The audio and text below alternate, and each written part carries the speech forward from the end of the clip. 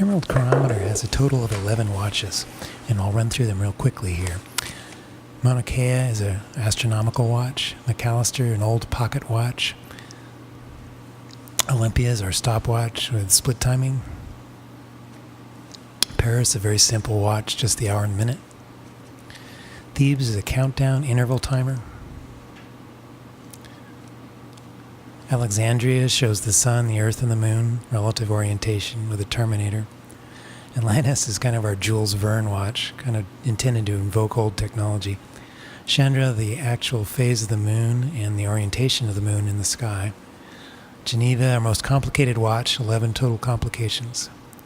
Haleakala, rise and set, and again a compass using the sun and the moon. Istanbul, an alarm clock, simple enough. Back to Mauna Kea. Now each of these watches, as you've seen, has a back side and it also has a night side. Now most of the time the back side is fully functional. Sometimes it's just a blank face, as you'd find on most watches. These watches, the most fun you get is by pulling the crown and kind of moving the hands around to see what happens when you do that. In this case we're moving the time hands to start with. There's a sun hand on Mauna Kea, which you can drag as well. The date windows are buttons of a sort. You push it once, it moves the date one day, and you hold it down and it will move more quickly. And you can see here the times of the day just moved longer and shorter as the months moved forward. That button that we just pressed there at the bottom of the watch with the red in it is a forward reverse button so that you can press the date windows and move backwards instead of forwards. Also on the left side of the watch there are two pushers. Many of these watches have them. The top one usually goes a longer distance than the bottom one. In this case each press of the top button moves a day, and I believe the bottom one moves an hour. We'll see in a minute here. Yes. And again, you can hold those down, and again, they go in the direction that the forward reverse button goes. Now, we also have a watch switcher I'm going to bring up real quickly here. Lets you go to any particular watch just by pushing it. Olympia is our stopwatch, also known as a chronograph in watch terminology. This particular one, it has split timing, also called rattrapant. Now, the rattrapant hands are normally on top of each other, the orange and the blue hand. But when you press that button at the upper left, it freezes the blue hand so you can read it as a split time. You press it again and it'll jump back to where the orange hand is already running.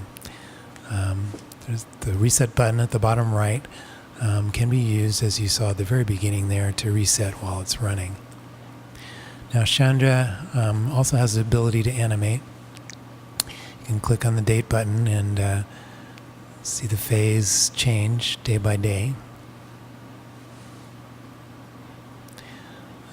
You can also click on the upper left button, which goes to the nearest sort of interesting phase: new moon, first quarter, full moon, and third quarter, and so forth.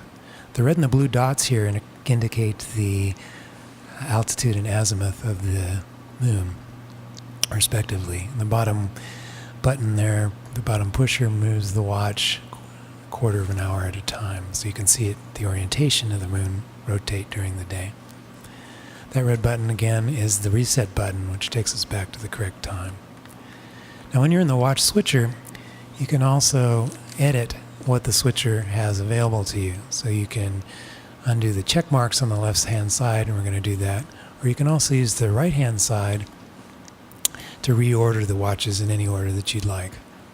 And when you're done, this affects not only the view of the switcher, as we'll see, but it also affects the watches that are available when you swipe left to right. So you can see we've just got the three watches we just picked: Chandra, Mauna Kea, and Thebes.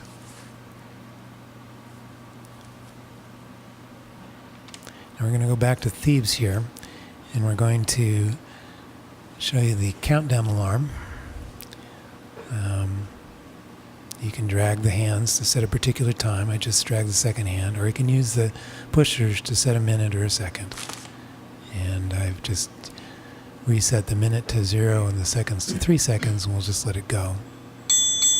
And you can hear the alarm go. Now, The alarm is optional. The bottom right pusher turns it on and off.